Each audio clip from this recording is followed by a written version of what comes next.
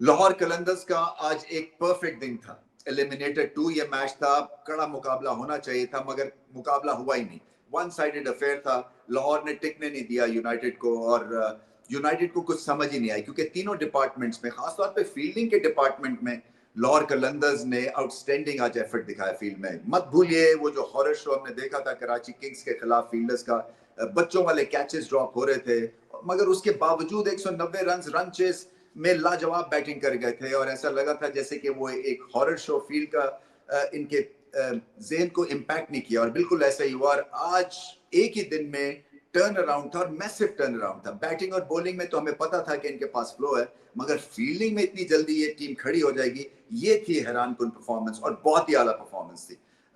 United कुछ ना कर सके, ना बैटिंग में और ना बॉलिंग में, और करने भी नहीं दिया कलंदर्स ने। पहले तो टॉस जीत के अच्छा डिसीजन था कि हम पहले बैटिंग करेंगे। 200 रन एलिमिनेटर में बहुत रन होते हैं और यूनाइटेड जो है वो फिर संभल नहीं सके क्योंकि जो लाजवाब परफॉर्मेंसेस दिखने को मिली वो बॉल के साथ दिखने को मिली कलंदर्स की तरफ से। शाइन अफरीदी 3 ओवर्स 3 विकेट्स, लाजवाब बॉलिंग की उन्होंने, प्रेशर क्रिएट किया, विकेट्स ली।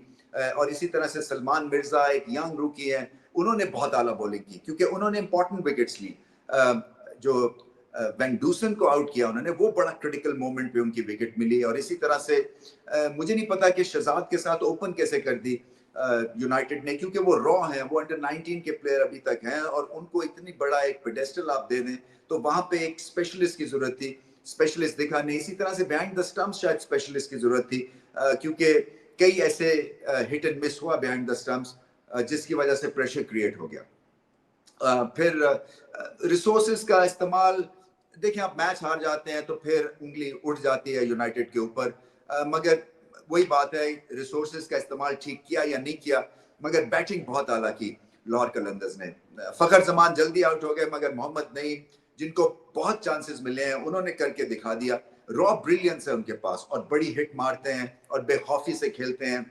ये बड़ा मैच था मगर कहीं कुछ नर्वसनेस देखने को नहीं मिली ना बैटिंग में, और कैच भी बहुत अच्छा लिया आज उन्होंने। इसी तरह से परेरा ने जो मिडिल ऑर्डर में आके इनिंग्स खेली 50 रन की, वो भी बहुत ही इंपॉर्टेंट थी, इसलिए कि मिडिल ऑर्डर में अगर आप इस तरह की इनिंग्स कर जाएं तो फिर उससे क्या होता है कि लिंक आप बन जाते हैं टॉप ऑर्डर और लेट मिडिल ऑर्डर में। और ऐसे ही हुआ क्योंकि फिर आसिफ अली आया और उनके साथ वो उन्होंने भी एक जबरदस्त कैमियो खेला। अब्दुल्ला शफीक बहुत अच्छी बैटिंग की, फिर से लंबा स्कोर तो नहीं किया मगर अपनी क्लास फिर से दिखाई और अपने फॉर्म को उन्होंने संभाल के अब रखना है फाइनल के लिए। इसी तरह से जो ओवरऑल बॉलिंग का इम्पैक्ट था कलंदर्स की तरफ से, वो ना सिर्फ फास्ट बॉलिंग की तरफ से था बल्कि रिशाद ने भी बहुत अच्छी बॉलिंग की, उन्होंने विकेट्स लिए।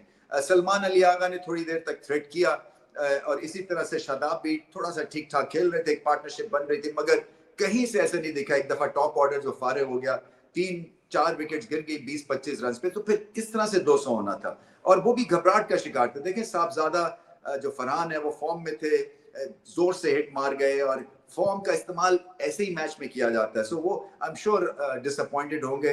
इसी तरह से रासी वैन डूसन जो है वो एक बहुत ही बाहिम्मत, बहुत ही आला T20 के बल्लेबाज है, उनका भी फेलियर जो था टॉप ऑर्डर में, उससे भी बहुत प्रेशर पड़ गया। सो मुझे अब ऐसा लग रहा है कि लाहौर कलंदर्स जो है ना ये अनस्टॉपेबल से हो गए हैं और आगे चल के कोई पता नहीं है। ये क्वेटा ग्लैडिएटर्स जो कि टॉप क्वालिटी की टीम बन के सामने आई है, साउथ शकील ने उनको बहुत अच्छा मैनेज किया है, कहीं वो इस फ्लो में रगड़ा ना खा जाए। सो मुकाबला बड़ा जबरदस्त होने वाला है।